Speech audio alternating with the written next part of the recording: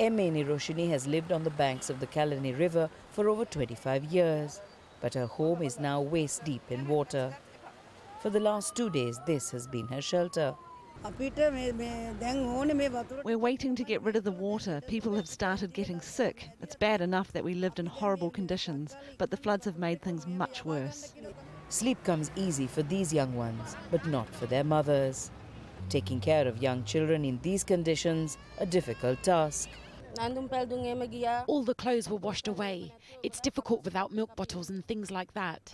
While there are numerous welfare centres to house the thousands displaced by the floods, there are also people fending for themselves, like here on the Kelani Bridge, Colombo's largest and longest bridge.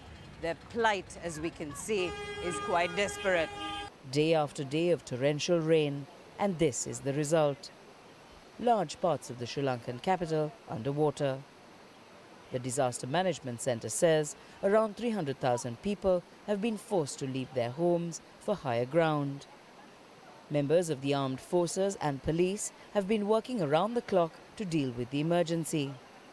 Food is not a problem for most people, with meals being distributed regularly in affected areas.